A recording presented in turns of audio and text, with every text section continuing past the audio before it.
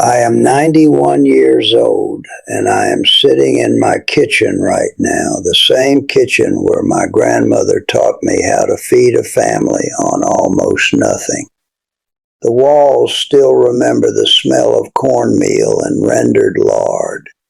The cast iron skillet in my cabinet has fed 3 generations, and every mark on its surface is a story about survival, ingenuity, and love. And I have something important to tell you before this knowledge dies with me.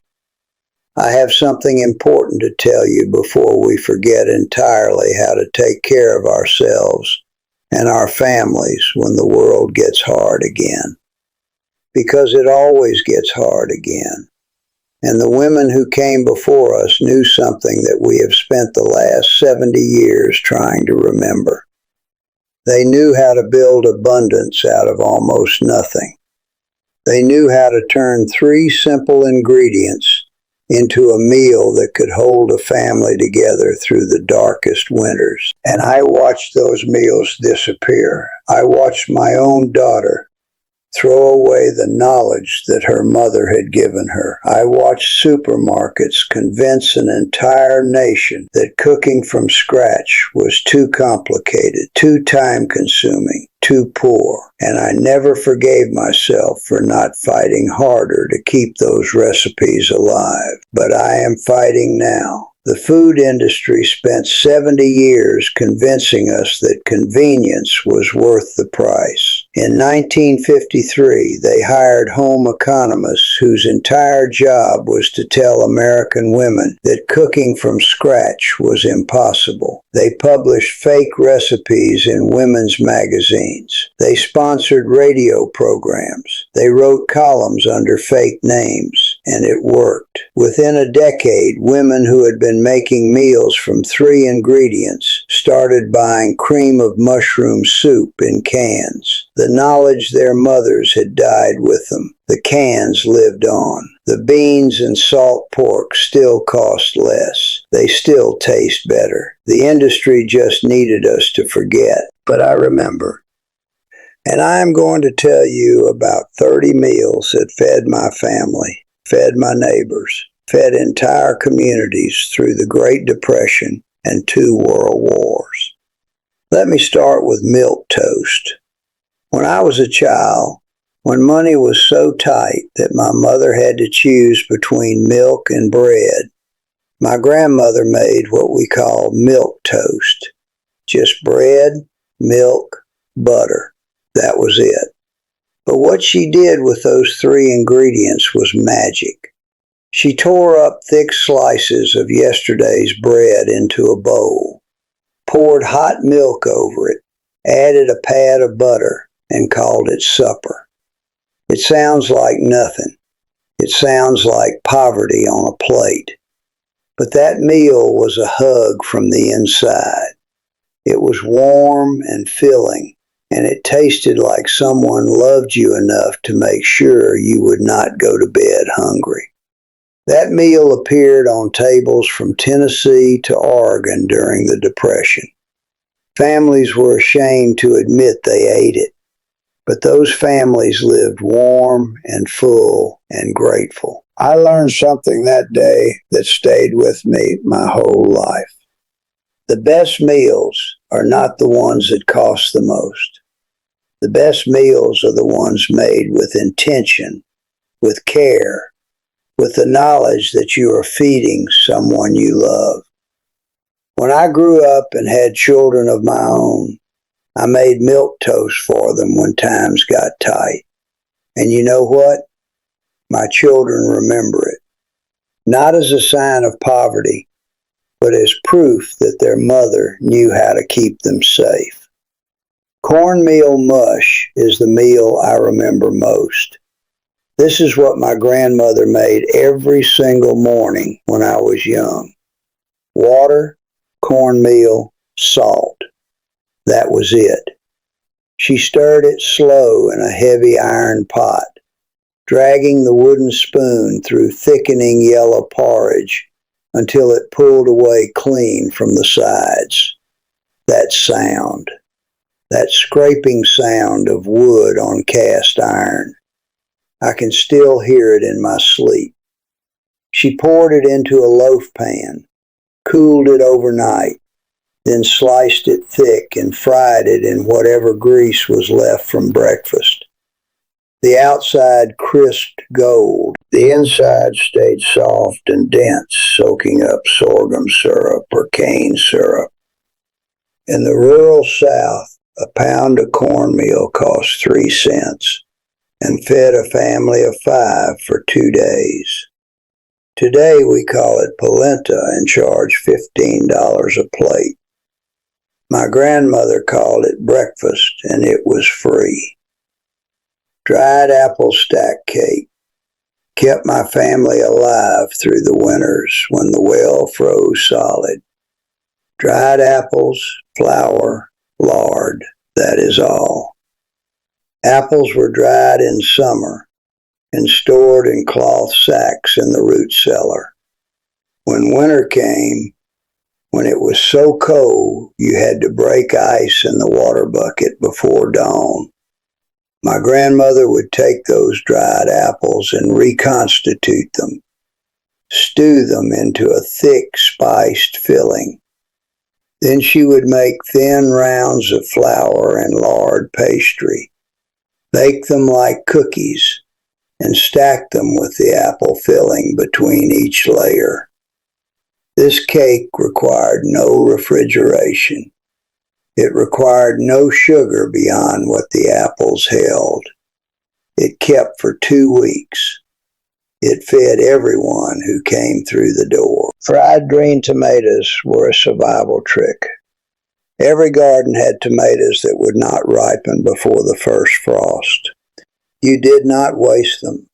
You sliced them, dredged them through cornmeal, and fried them in a cast iron skillet with bacon drippings. The bitterness of the unripe fruit cut through the rich fat. The crust crackled. Before the movie made it charming, this was knowing that nothing in the garden could be wasted because you would need that food to make it through the year. Dandelion greens with hot bacon dressing changed my life when I was a young mother, struggling to feed 4 children on my husband's wages from the mill. Dandelion greens, bacon fat, vinegar, that is it. In early spring, when the root cellar was nearly empty, I walked the yard with a knife and came back with enough greens to feed everyone. I wilted them with hot bacon fat poured directly from the skillet, splashed in apple cider vinegar, and put them on the table in 5 minutes. Free food. More nutrition per bite than anything in the grocery store. Modern nutritionists now call dandelion greens a superfood. My grandmother just called them supper. And I lived to be 91 years old eating those greens. Salt pork and beans is the meal that built the American South. A pot of pinto beans with a piece of salt pork dropped in at the start of the day would simmer low for 6 hours until the broth turned silky and the beans fell apart against the spoon.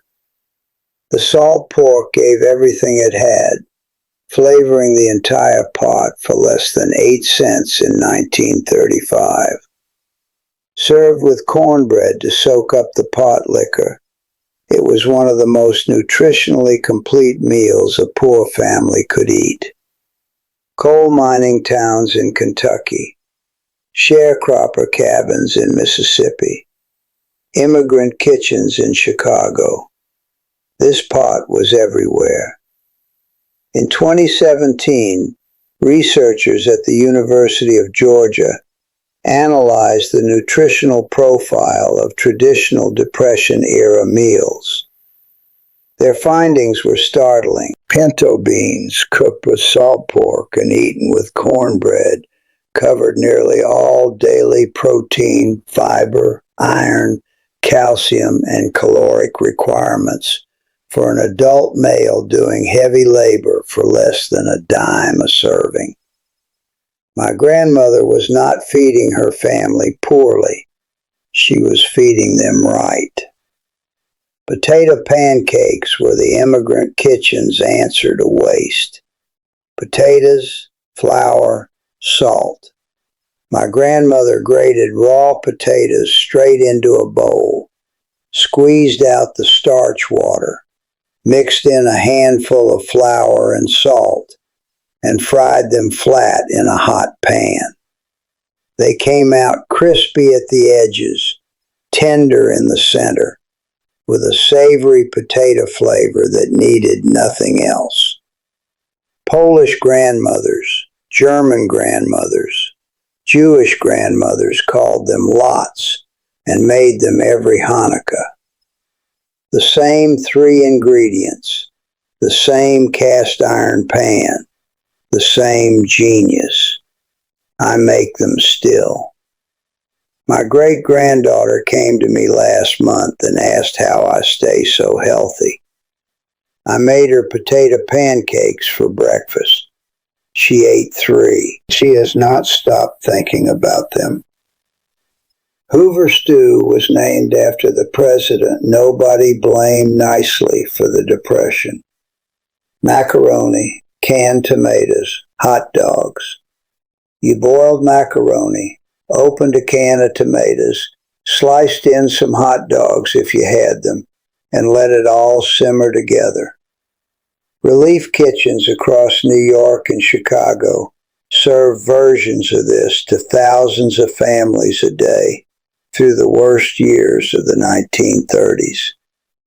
Children grew up eating it and remembered it as comfort rather than hardship, because their mothers made it taste like something they chose to cook. Pot liquor and cornbread. The liquid left over from boiling greens with fatback is called pot liquor, and it is more nutritious than the greens themselves. Every vitamin that cooked out of the collards ended up in that dark, smoky broth. My grandmother poured it into a bowl, crumbled cornbread on top, and called it pot liquor supper. Children lapped it with a spoon. Men came home from field work and drank it from the bowl. It was considered the poorest meal in the South. Nutritionists now call it one of the most mineral-dense preparations in traditional American cooking. My grandmother just called it not wasting good food. Tomato gravy was made on mornings when the egg money ran out. Canned tomatoes, flour, bacon drippings. My grandmother cooked flour in bacon drippings until it turned golden, then poured in a can of stewed tomatoes and stirred until smooth and thick. It went over biscuits, over cornbread, over fried mush, over anything that needed something on top. Tangy, rich, deeply savory. It tasted expensive on ingredients that cost almost nothing. Cornbread and buttermilk is not a recipe. This is a meal. Cold buttermilk poured over crumbled cornbread in a tall glass, eaten with a long spoon. The cornbread absorbed the buttermilk and softened into something almost pudding-like, cool and slightly sour, filling and strange. Farmers across the South and Midwest ate this for supper on hot summer evenings when nobody wanted to stand over a stove. Bread pudding. Stale bread, milk, eggs. Every household produced stale bread. My grandmother did not throw it away. She tore it into a baking dish, poured in warmed milk, beaten eggs, and a shake of cinnamon if she had it, then baked it until it puffed golden. The whole house smelled like something much more expensive was in the oven. This was the Depression-era family's dessert. It is now a staple of upscale restaurants charging $12 a portion. Vinegar pie sounds like a mistake. It is not. When lemons were too expensive and fruit was out of season, Depression-era grandmothers made pie from eggs, sugar, and apple cider vinegar. The vinegar created tartness that tasted uncannily like lemon curd. It was 3-cent pie that tasted like something expensive. Milk, gravy, and biscuits. Flour, milk, grease.